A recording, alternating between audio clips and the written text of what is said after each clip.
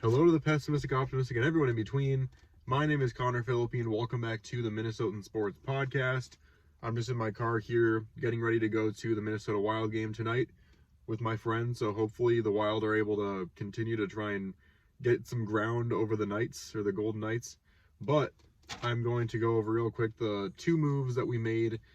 I can't remember exactly what time it was specifically because it might have been technically last night, but I'm counting it towards today because I didn't see the news until I woke up in the morning. But two moves technically that were made today in Vikings free agency, and that was signing Sam Darnold, and that move again came really close to midnight last night for a $10 million deal.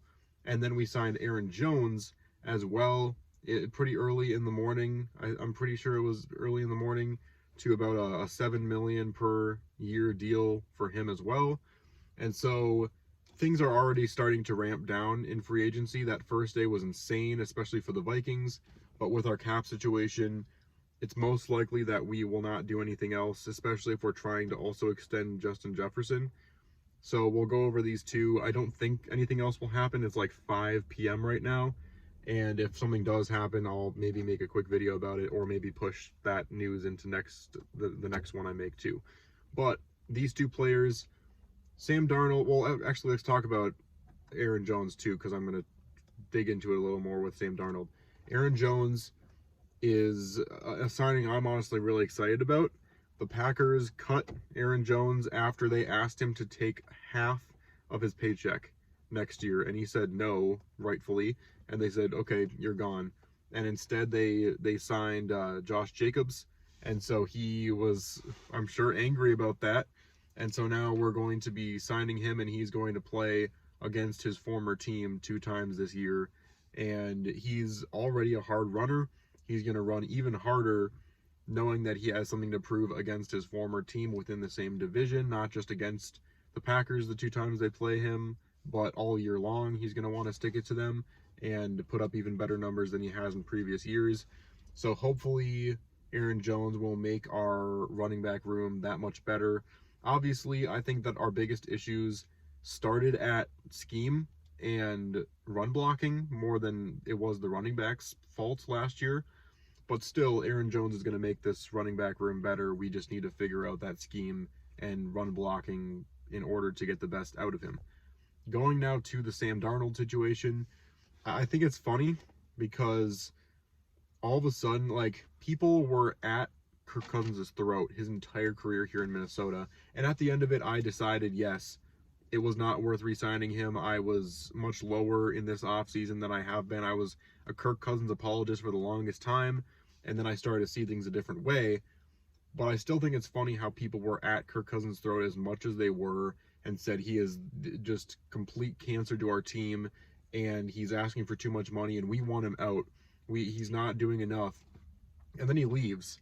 And we sit there, and these fans all of a sudden see us sign a guy like Sam Darnold, because naturally we are going to have to go with a young QB in the draft or get some low money bridge quarterback, because why would we try and go out and get another superstar guy? And there isn't even a superstar guy up in the market right now. And so all of a sudden these fans see us sign Sam Darnold, and they're all of a sudden up in arms about it. They're like, oh my gosh, well, we paid $10 million, which is like a fifth of a normal starting quarterback's pay at this point. And they're like, oh my gosh, the Vikings, I'm no longer a fan, all this stupid stuff. It's like, what did you think was going to happen? We got rid of Kirk. We're clearly in a mode where we're going to start either a rebuilding process or hope that we can get a good quarterback in the draft that can get good in the next couple of years and get us to the next level. So what did you expect us to just scoop up a like really good quarterback in free agency for like what, $20 million? What did you expect to happen? Why are people this up in arms about making this signing? We have nothing to lose from making this signing. Who knows, maybe he will end up playing better than previous years. You know, you saw he played horribly with the Jets, but it was the Jets. I mean, who plays well with the Jets? And then he went to the Panthers in a really bad situation. And then he played as a backup with the 49ers didn't even get a chance to start there and ended up winning the battle with Trey Lance for the backup position there. And so, like, I'm not saying he's going to be really good for us or even lead us to the playoffs, but who knows? Maybe he has a little bit of a resurgence here. And even if he doesn't, there's a good chance he's not even going to be the starter for the majority of the season if we get one of these young QBs. If we get JJ McCarthy, I think he will end up starting all season long because McCarthy's only 21. He's got some time to learn. But I don't know. You take Sam Darnold coming out of Shanahan's coaching style and his offense, one of the best offenses in the league, and you pair that with all of the knowledge he's gained over the years.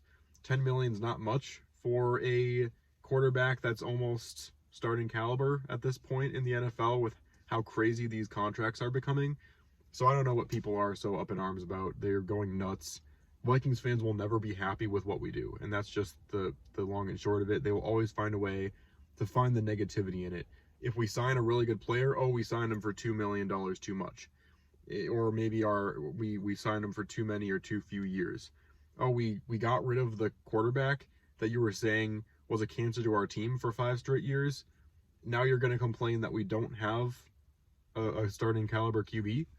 What do you expect? So now we look into things here. The draft is coming up, and the more we develop this QB situation, the more we're going to be wanting to get one of those top guys. I hope we can still trade up with the Patriots. I honestly think they're going to just stick and pick, though, so we'll have to see what happens there. Maybe we'll get JJ McCarthy. If not, I don't know, go for Penix in the second round. And also, the major question still remains, will we get something done with Justin Jefferson?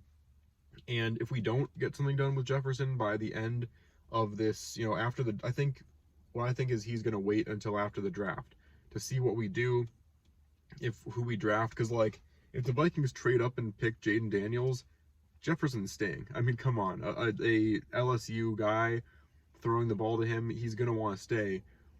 Maybe JJ McCarthy will also still want to stay, but we're going to have to convince him that we at least have a plan in the next couple years to get him the ball and get him a guy that's going to be consistent for him again.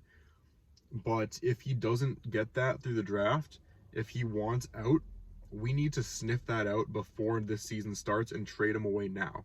Because if we don't make a deal with him this year and then he ends up walking as a free agent next year and we end up not having him for the future and also don't get any draft capital from trading him and we just lose him and that's it, it would be one of the biggest blunders in the history of this franchise, honestly. That might be a little overdoing it, but not really. So that's the next step. Obviously, all eyes are going to be on Justin Jefferson and his negotiations and the Vikings negotiations. Vikings just have to not be stupid and not act like they're going to, let's shake down JJ. JJ knows what he's worth, and the Vikings know what he's worth, and JJ knows that the Vikings know what he's worth. All those things add up to Jefferson's either going to get paid the most a wide receiver's ever gotten paid, or he's going to another team, hopefully by the start of this season. So we'll see what happens there. But let me know what your thoughts are in the comments about Aaron Jones signing, as well as Sam Darnold signing with the Vikings. We'll see what else happens in the next few days. But thanks so much for watching this one. Go Vikings, go Wild, and I'll see you on the flip side.